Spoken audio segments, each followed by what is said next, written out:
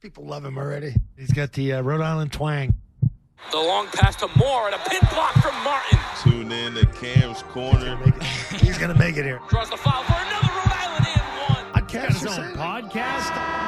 It's good off the backboard and in. On a break.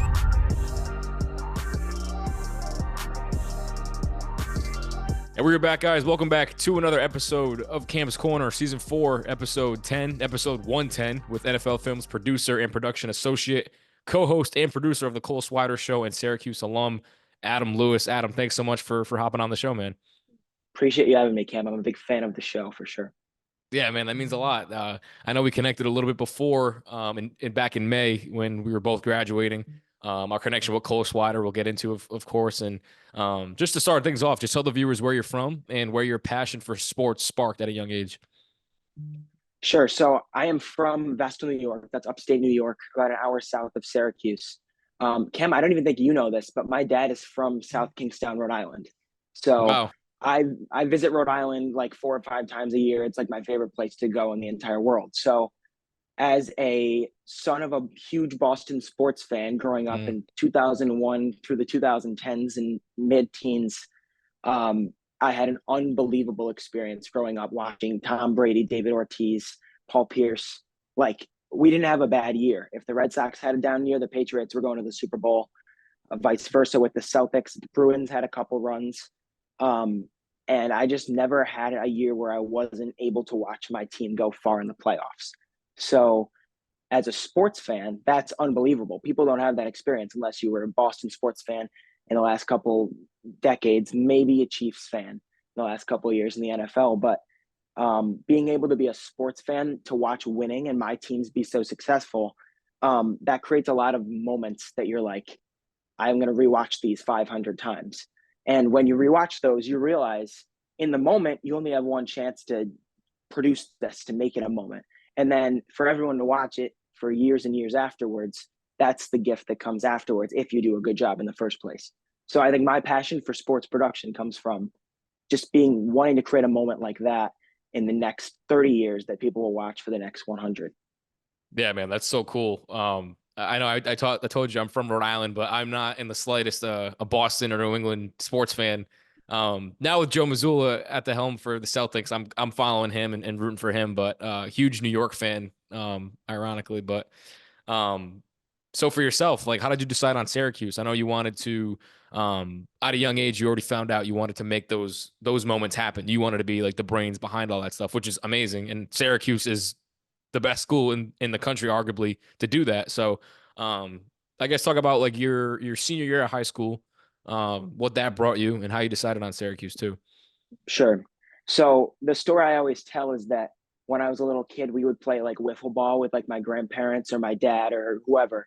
And I would be more interested in like the announcing and the production of the game beforehand, before actually, stepping up to home plate. So at that point, my family was like, you should go to Syracuse, because it was an hour north, and because I was showing an interest in like announcing or being in front of the camera. At that time, I was like 10 years old.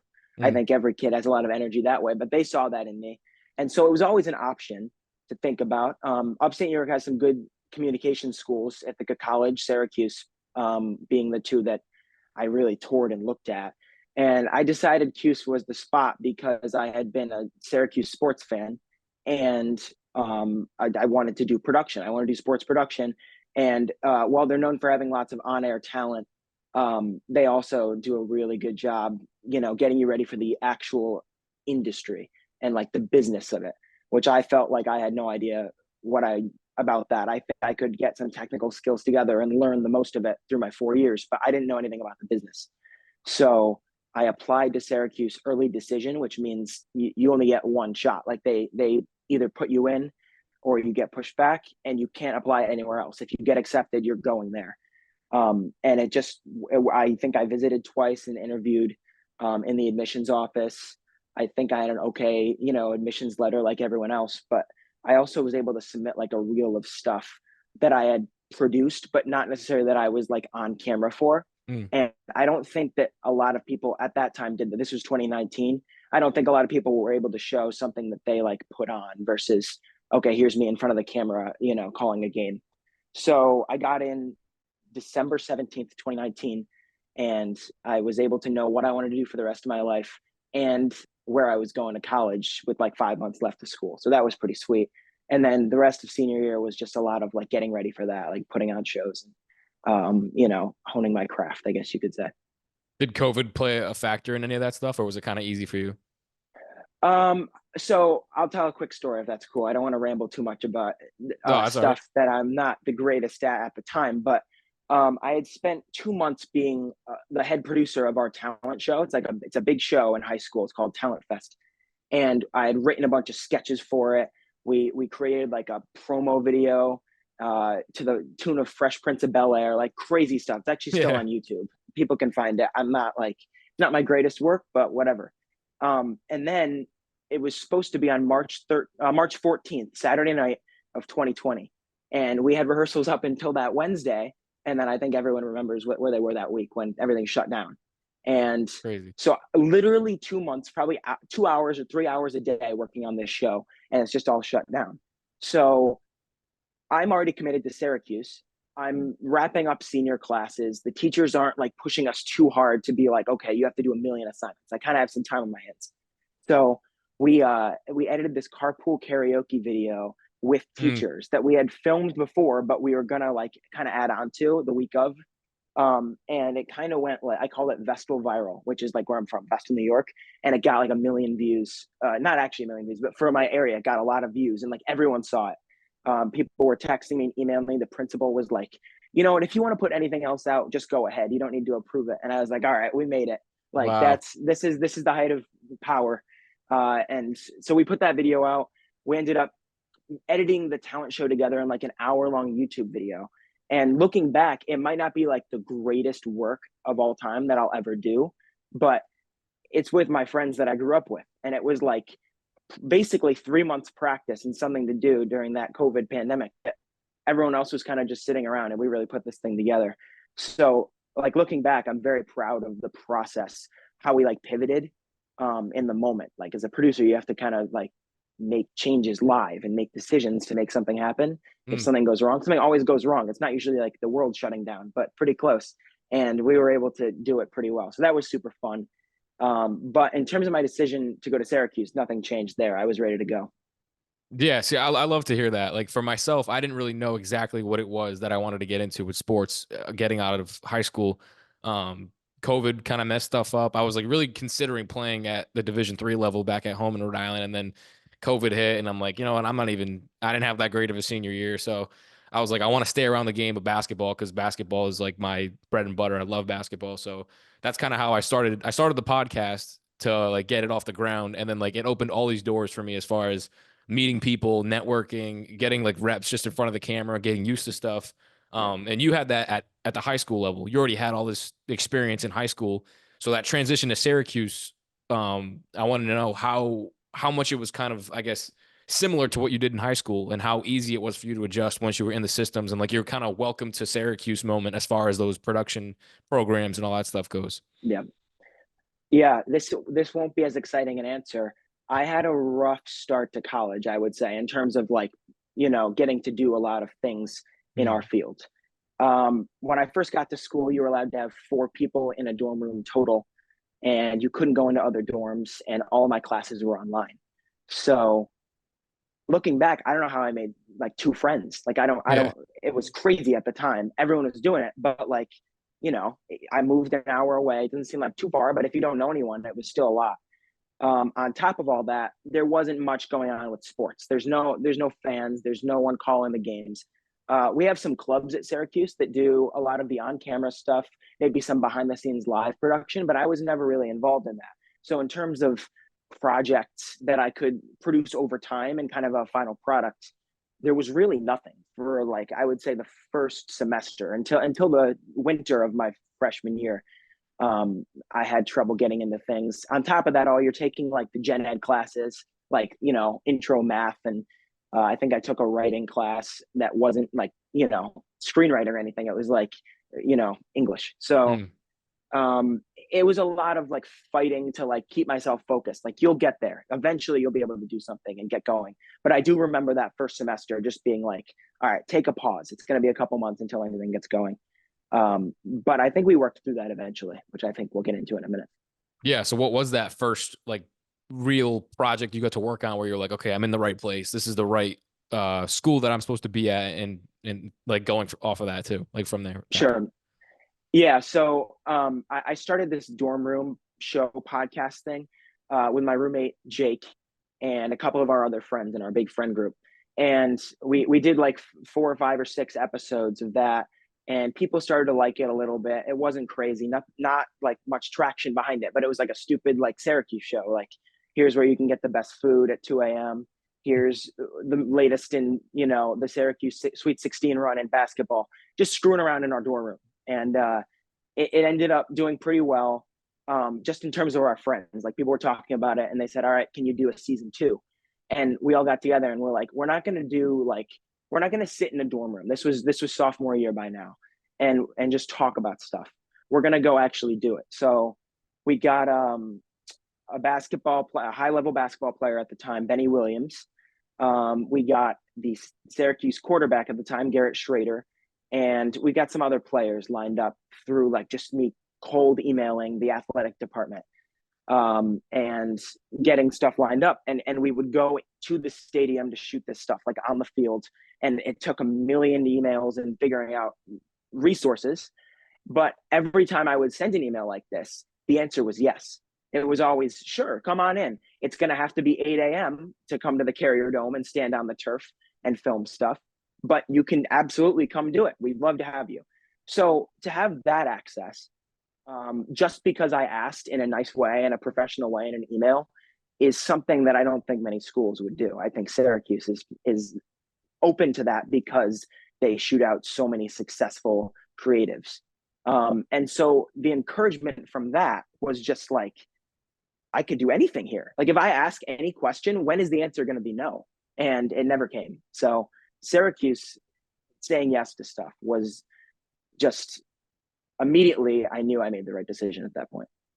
Yeah, that's incredible to hear, because usually like the stereotypical rumor that would go around is like, oh, that's a big powerhouse school, you're not going to get a lot of opportunities. But firsthand for yourself, it's just sending a cold email. It might take a few days, but they get back to you, and you might have to, wake up when you're not really wanting to wake up early in the morning, but you get those opportunities that way, which I think is awesome. I didn't have the opportunity to go out of state, but you or I was similar to that. If I asked the SIDs like, hey, I want to do this interview in the locker room, or this is what I'm thinking, they're just like, yep, go and do it. Like, just make sure it's cool to player. And that's the best programs you can get involved in. And you said you would cold email them about players, and like they would get the players on track and stuff like that.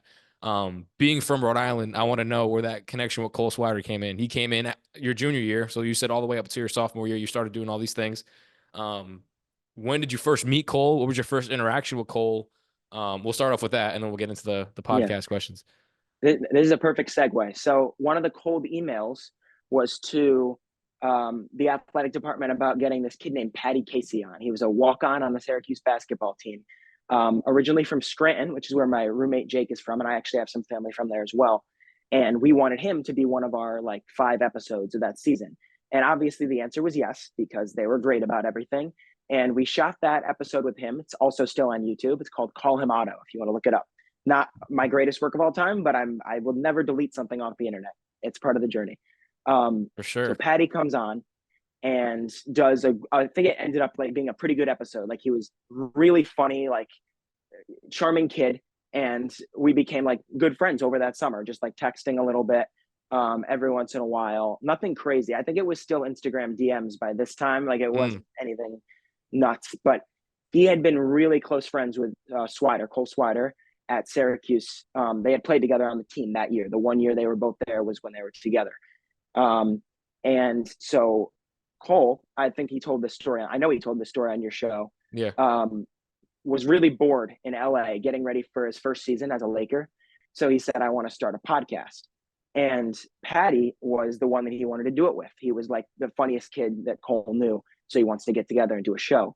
So the two of them being athletes and funny guys, they need a producer.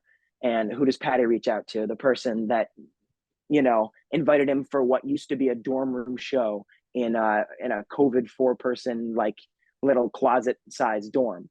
And it turned into this show that we would then develop a little bit and then release as Cole was going to start training camp on the Los Angeles Lakers. And this all happened over like 2 months. Like Paddy said, do you want to produce this? I said, of course. And then we all got on like a call, designed the name of the show, and, lined up some guests and stuff like that. But that's how the genesis of the show, like it came from Paddy originally, who I had on that stupid dorm room show that kind of like led to everything. In terms of my first interaction with Swider, he sends a text in the group chat, and it's a 401 area code. And like I said, my dad's from Rhode Island, so I knew that area code just from like having visited there and stuff like that. My grandparents' cell phones used to have that number, whatever. And so he goes, guys, it's Cole Swider, obviously. And if anyone knows Cole, he says the word obviously a lot, which is just fun. It's a funny thing that he says a lot. And we were like, yeah, it's obvious because of the 401 area code. And then we immediately connected on the Rhode Island thing. And from there, it was just like trying to put on the best show possible, along with him like going through all the things like, I got to go work out today, like 4 times or for 4 hours or something like that. Or I got to go text LeBron in the group chat really quick.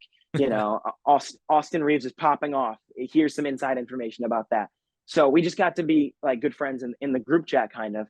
And then I didn't really meet him until he came to visit Syracuse in like, I think it was February of my junior year for the Duke game he visited. And that was just amazing. He introduced me to his whole family. His little brother, who's now, doing really good things in Rhode Island, getting recruited, going to be in a great spot in a year. His parents are unbelievable. And then, so that was kind of the first getting to meet him over those 6 months. We kind of developed the show slowly. At the same time, we sold it to Blue Wire, sold the ad reads to Blue Wire. So they put ads on our video. We get a revenue split. And that was a cool process too, because then you go through his agent and everything. So I got to meet all his agents and, people from WME and stuff like that. It was pretty sick. But yeah, it all started from the podcast group chat all the way through. Yeah, I see the jersey in the back. I know you've been following him as far as like some workouts go. I've seen you on the court with him and stuff like that. What is that like? How did that come about? And how does he does he reach out to you and say, I need a guy to feed me in this workout, like come out to Miami, and then that's how it goes? Like, that will always be the coolest part is just first of all, the jersey he sent to me when I was in LA, which is pretty sick, which was last fall. He just sent it and I got it framed for Christmas and stuff. So I think I have to get a Pacers one now. We're going to wait for training camp to make sure he gets the nice yellow 21 jersey first. And then I'm going to go ahead and get that. The workouts are nuts. There's nothing like it. So I was down in Florida in March visiting my grandparents just on my college spring break. And I was like, I need a break. So I'm getting out of Syracuse. I go down to Orlando to see my grandparents. And I asked Cole, hey, can I drop over to Miami for a couple of days? And he's like, yeah, definitely. Like, I don't have much going on. I think we play the Nuggets Wednesday night. So I was like, yeah, I'll come over for the game, but I'll come a day before. I'll come Tuesday. And so I take like a Greyhound, like $33 bus from Orlando to Miami. And you start seeing the skyline in the distance. And I'm like, oh my God, after this 3-hour ride on the hardest seat you could possibly sit on, I'm going to get to, visit him and see what it's like there. And so we walk over to the arena because his hotel was like a block away. So we walk in through the arena, we walk into the locker room, and not 10 seconds later, Caleb Martin comes over and daps me up and says, what's going on? And I was like, what is going on? Like, am I like hallucinating? And what I realized is the way I think NBA players work, from my experience, and maybe all athletes, if you're in with one of them, the rest of them think that you are an acceptable person to be around. So if Cole is trusting enough to bring me into that situation and help him out and check things out, I think, Caleb and Duncan and Orlando Robinson are all going to be pretty chill with me being in the room. So we're literally in the Heat locker room, walk right in to the practice facility, which is a gym that's kind of like up behind and above the arena, but still in the Kaseya Center in Miami. And they say, oh, no, there's a camp going on. You have to go to the actual arena to shoot around. And I was like, what are you talking about? Like, now I'm going to get to walk into this empty NBA arena. And I mean empty. Like, there was no one in there, the red seats, and it's insane. So we walk down through the tunnel onto the court. I'm putting up shots on the floor while he gets stretched out. And like, I can't believe this. And then, Yeah, we just do a workout. So Cole, as everyone knows, is a shooter, and he puts up a lot of shots in a workout. But it's also a lot of like fast twitch dribbling drills and defensive slides, some cone drills. He's got some trainers there. So for me, it's just a lot of, geez, I better make the right chest pass here and get it right to where he needs it to put up shots. My athletic gene is gone. I think when I was 15, I was at my max, and from now I'm just trying to get it back. So the workouts are insane. I try not to cash that card too much. I was able to be back in Miami for work in June. I guess we'll talk about that when we get to film stuff. But I was able to drop in and see him again, which was pretty cool. And hopefully I'll get over to Indiana this winter. We'll have to see what happens. But in terms of just like days on earth experiences, those days are up there with the very best that I've gotten to do and just the coolest experiences. Oh, 100%. I mean, Cole was like the nicest dude too, like you said. And when he was able to do my podcast and then introduce me to Eric Reed, who's the voice of the Miami Heat. I mean, stuff like that like doesn't go unnoticed, like to open doors for people and to I mean, for him to even be in that position is so cool. Like I remember at URI, it was my first year there. I told this story. I tell the story a lot. PC, Providence College, Providence College. They were playing URI at the Ryan Center in Kingston. And so Anthony Carter was an assistant for the Miami Heat at the time, who's the father of Devin Carter. He just got drafted to the Kings. He played at PC. Yep. And so Anthony is an assistant for the Heat, and it's rumored that the Heat were in town to play the Celtics, and it was rumored that Jimmy and Kyle Lowry were going to be there. So we're like, it's a rumor. Like they're not gonna be there. There's no way. So I wasn't on the call for this game, but I was like doing like newscast stuff similar to what I do now with the news down in Missouri. I was filming all the highlights for the games, and then I would put together like a 2-minute package after that, like a stand-up type of thing, like highlights from the game. And I was sitting on like the baseline behind the hoop where all like the players come in before they came in, like 30 minutes before, 40 minutes before the game. And I get a nudge on like my back. I'm like, oh, excuse me, man. Sorry. And it's like, oh, it's all good. I turn around and it's Kyle Lowry. And like his rose gold Rolex just like kind of like, oh, sorry, man. That's the first thing I saw on his wrist. And then Unreal. I sat down next to him and we had like a 2-3 minute conversation. Nicest dude ever. And I told Cole that too. And I asked him like his moments where he met these guys and obviously, of course, meeting LeBron. So that must have been like your like, okay, this can be like a real thing for myself if I get into like a full-time position. So this was your junior year, right? When you went to Miami? Or was that I went, it was literally just this March, which is crazy because I had seen it. I visited some games, some in New York, some in, like MSG, Brooklyn, whatever. And I go to the games and visit, but like never had I been to see the actual facility. I worked out with him in Syracuse once too, but like never an arena. That was ridiculous. That was just this past year, which is crazy.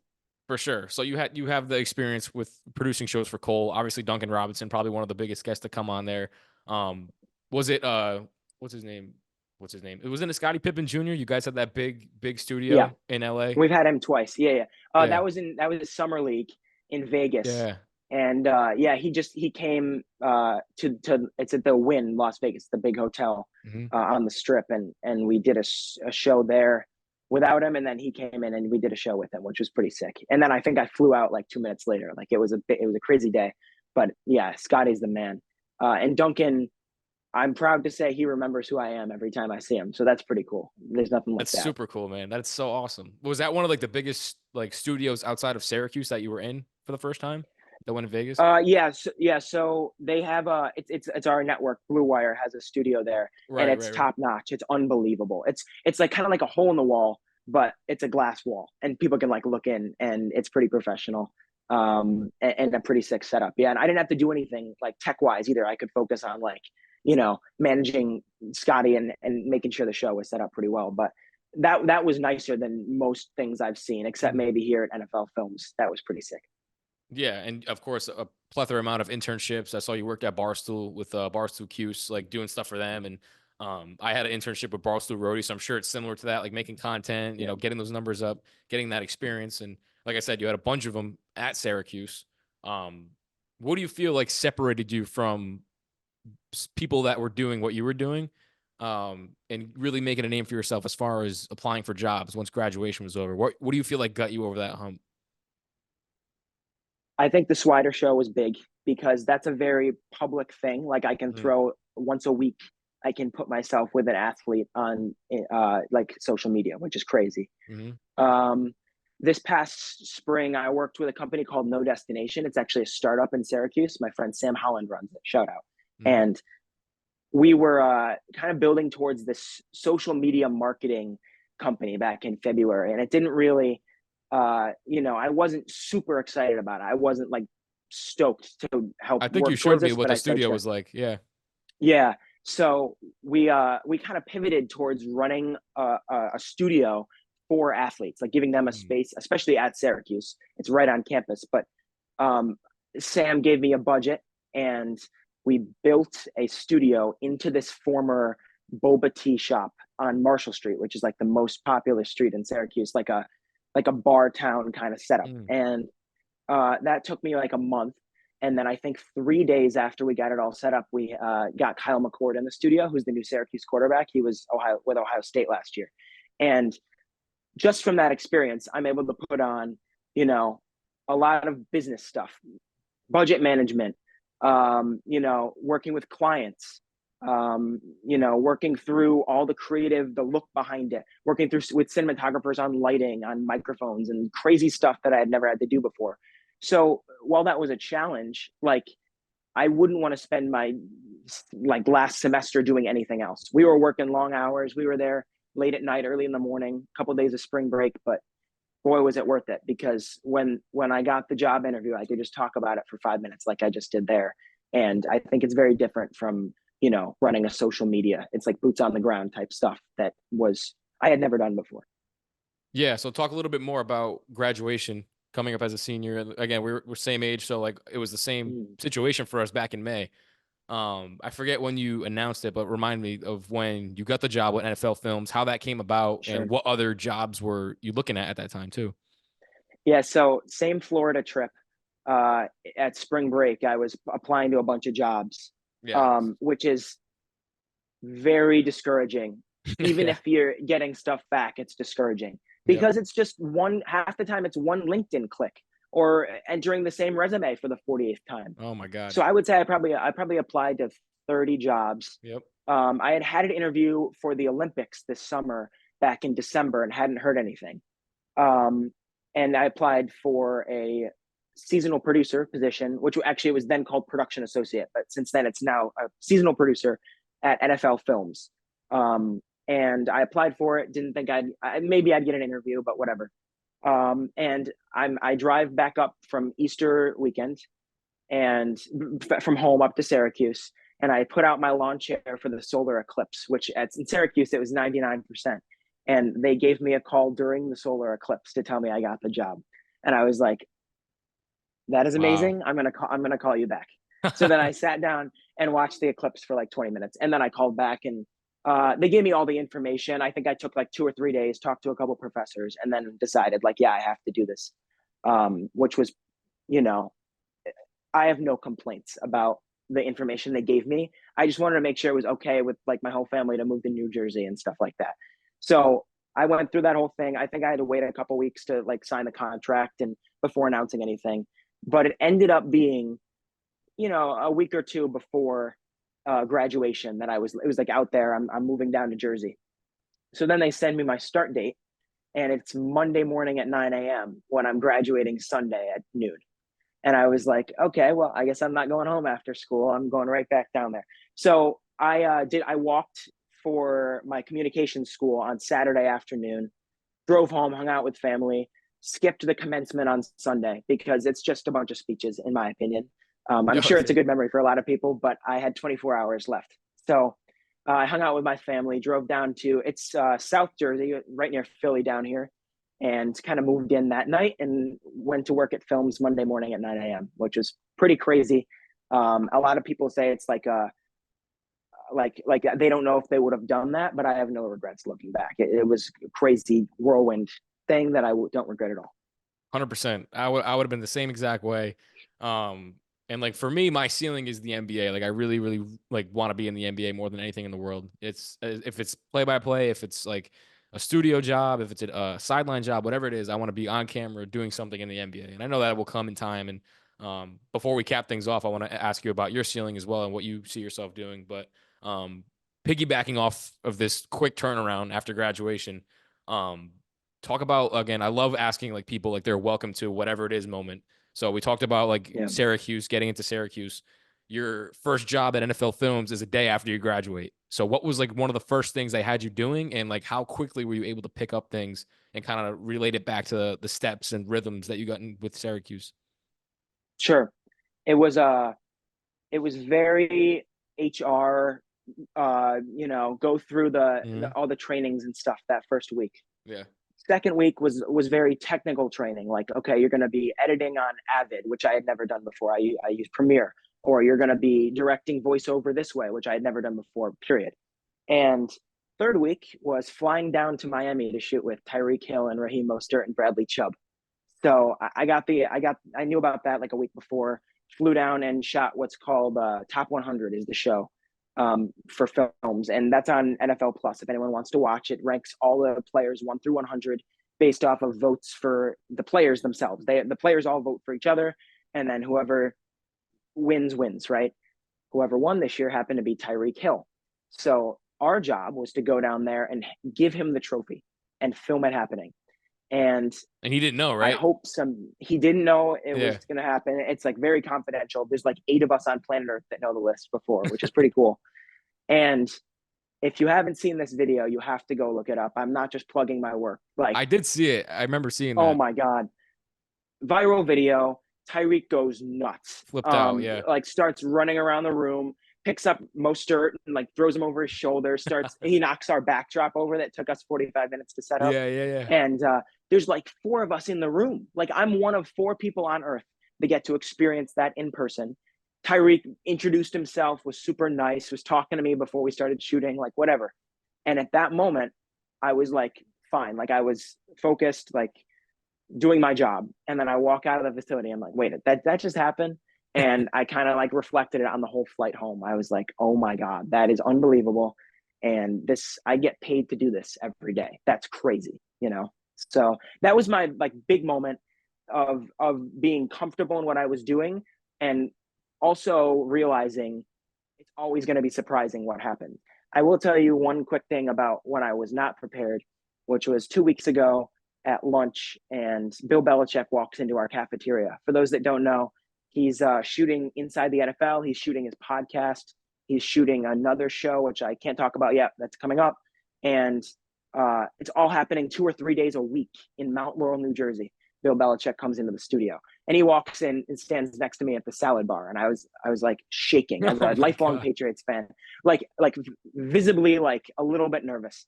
And so my friend Seth, who is also a seasonal at Films, goes, pretty sweet salad bar.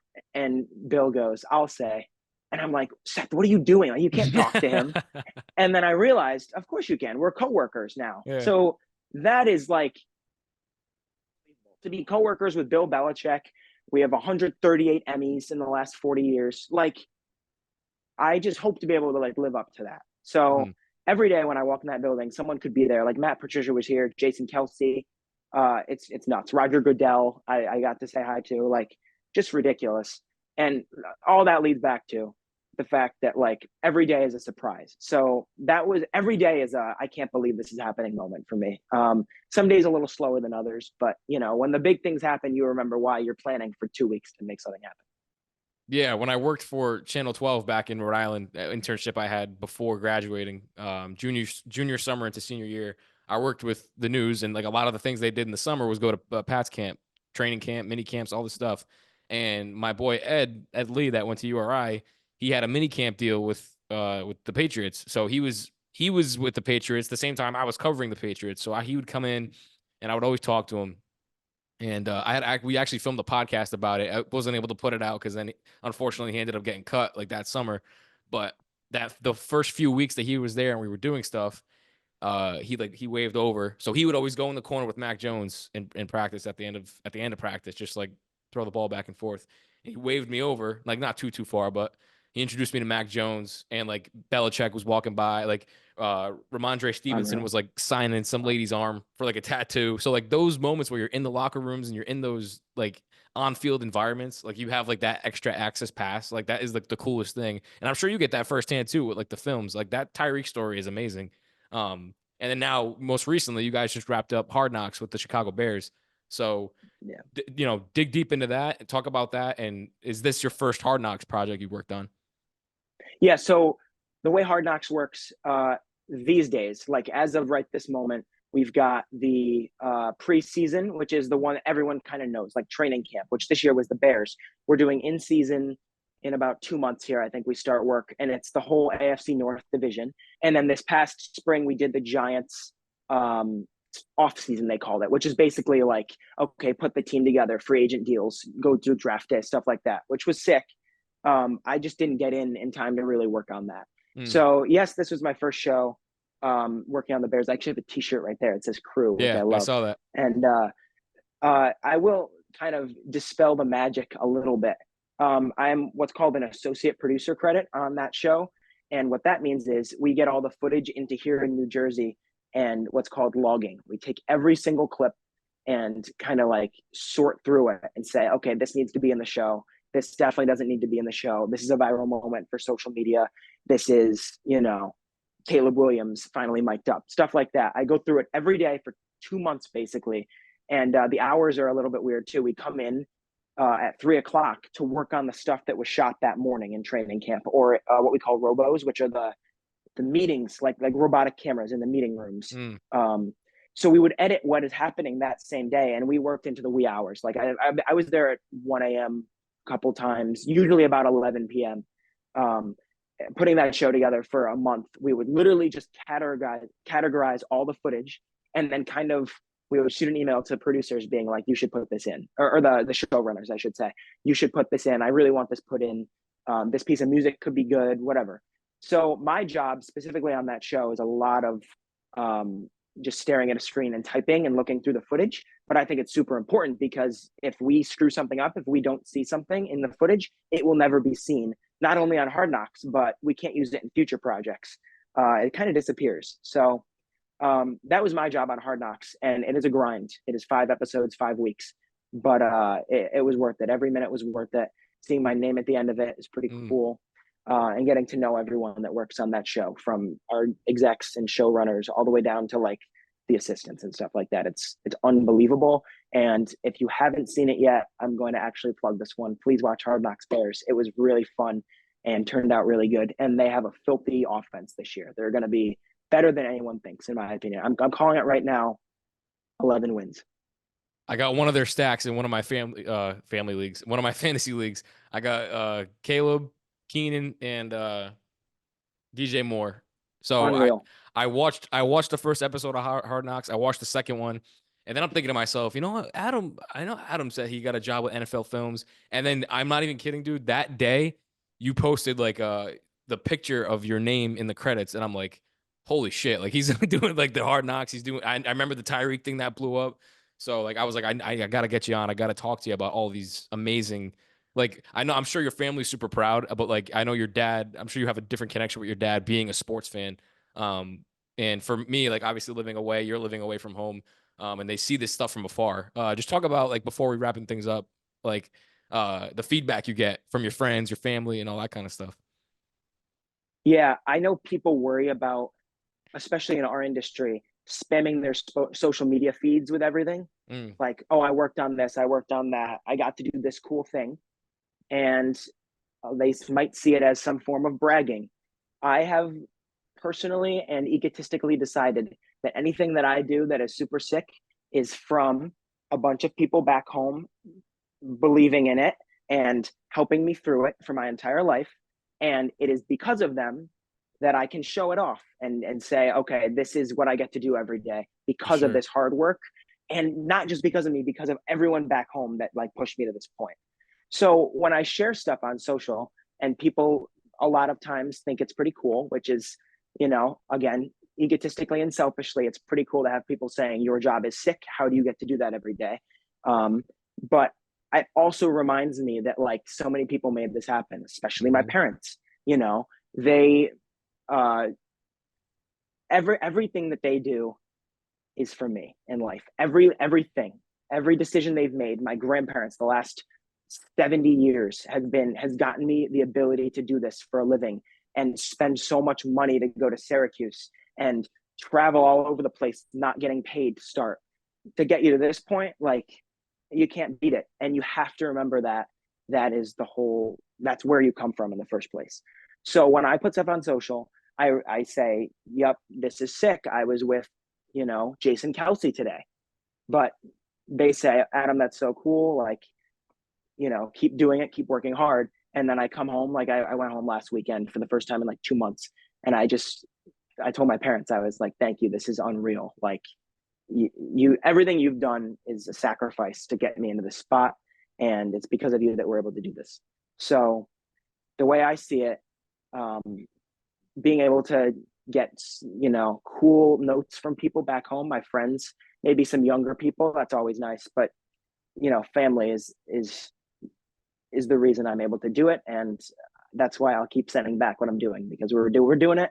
We're going to keep working hard and keep pushing.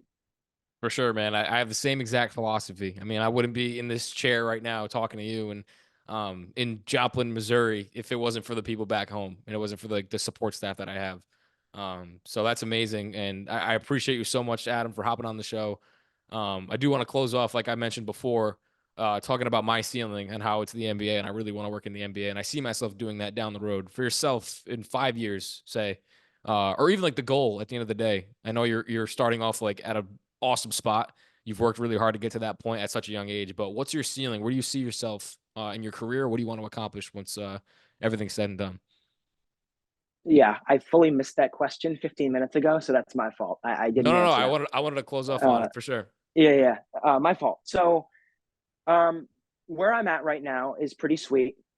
But personally, I want to get to a big city and do it there. First of all, that's kind of like in my mind, like 1 or 2 years step process. Get to New York or LA. To be honest with you, that's just a personal thing. I want lots to do, see some people, and live somewhere. I like New Jersey, but it's not really a huge city, So that's the personal answer to that question. The creative answer to that question, eventually I kind of want to move into an executive side of this business, which for those that don't know is instead of working on 1 or 2 projects at a time, you're kind of overseeing 20, 25, depending on the size of the production company.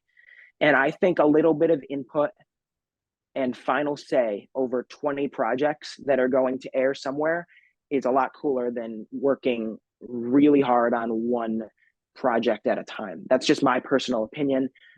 At Films, we just had a meeting today. We have like 75 projects on the slate, and there are 3 or 4 executives in the building that get to oversee all of them and get credited on all that for putting in their time to make sure they leave the building the way they want to. That's where I want to get, whether that's an NFL, a production company in Hollywood, New York City, sports, or film. Like, who knows if it ends up being like a movie company or like a TV show, who knows. But I would say eventually overseeing stuff, making some big decisions towards the end of the process to get things out versus narrative decisions now. I see myself doing that in 5 years. That would be pretty sweet. And being able to give back is a big thing for me. Like I said, my family was very influential. I also think that both my high school and college were very influential in getting me to where I need to be, and very encouraging. I still talk to so many people from both places, and I would love to be able to give back there eventually, make students there be able to do what I did even easier than it was for me to do it. If that means money, donations, or some kind of mentoring or teaching or experiences, like, we'll figure it out. That's kind of on the list as well of things I want to do. But Cam, I really appreciate you having me. I will say this is my first like real media appearance other than my own podcast with Swider. Let's go. So I had the jitters about 10 minutes before this, and then I realized it's you doing it. So I'm not worried at all. It's a great show. What'd you think? Yeah, you liked it? Oh my God. I actually, so I listened to the episode with Drew last night because I didn't know you had done it, but Drew's a mutual friend of ours. He went to Syracuse, and he's the man. I listened to the one with Swider, and then I literally made a list in my notes app of all the ones I'm going to listen to now of yours, because there's a bunch of Rhode Island guys and people that I had heard of that I want to know more about. So any niche that we can make in this industry, which yours is a great lineup of guests, I'm going to be listening. And this was a great experience for me too. And one of us will be famous in 10 years. Hopefully both of us, we can look back on this moment and decide, yep, this is a crazy start, but here we are now. You never know. We might be working together on something one day. We might be at the top. We could look back and say this was your first official first on camera time as a guest, because I know you co-host with Cole, but that's the whole part of the sports industry is making connections, and then now having that connection and being so close with you, I can proudly say that I'm rooting for you, and I'm super blessed to be able to know you and just like support everything that you got going on, because it's the coolest thing in the world to see people just like excelling at like what they truly are passionate about. So everybody go to tune into Adam. I'll have all his socials in the description. Cam's One Corner on all social media platforms, you guys already know. Spotify, Apple Podcasts, YouTube, anywhere you guys find your podcasts. Adam, thanks so much again for hopping on, and we'll see you guys in the next episode of Cam's Corner.